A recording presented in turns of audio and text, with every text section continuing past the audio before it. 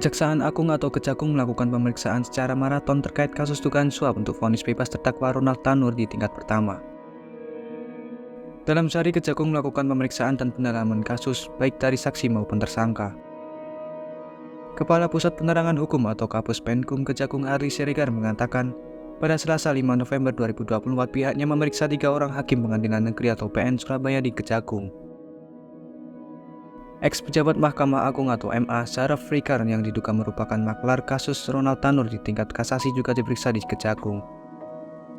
Di lokasi berbeda, terdakwa Ronald Tanur juga diperiksa di rumah tahanan kelas 1 Madaeng, Surabaya. Sementara itu, ayah dan adik Ronald Tanur, Edward Tanur dan Christopher Raymond Tanur diperiksa di Kejaksaan Tinggi Surabaya. 3 hakim pengadilan negeri Surabaya yang menjadi tersangka kasus suap perkara Ronald Tanur diterbangkan ke Jakarta pada Selasa 5 November 2024. Ketiga hakim tersebut tiba dalam waktu berbeda. Heru Hanindya atau HH tiba di Jakarta pada pukul 10.20 waktu Indonesia Barat. Erin Tuada Manik atau ED tiba di Jakarta pada pukul 11.35 waktu Indonesia Barat. Dan Mangapul atau M landing Jakarta pada pukul 12.05 waktu Indonesia Barat. Awalnya 3 hakim itu ditahan di Rutan Kelas 1 Surabaya Cabang Kejaksaan Tinggi Jawa Timur.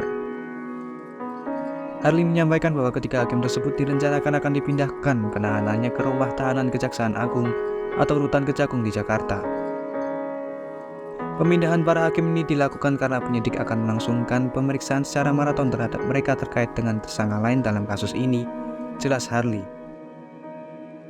Di hari dan tempat yang sama, Kejagung memeriksa Syaraf Frikar.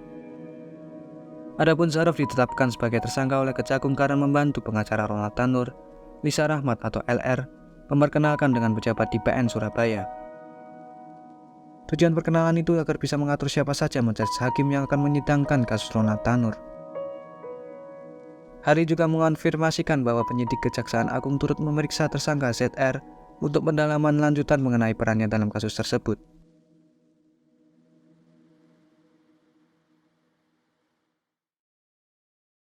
Download Tribun X sekarang, menghadirkan lokal menjadi Indonesia.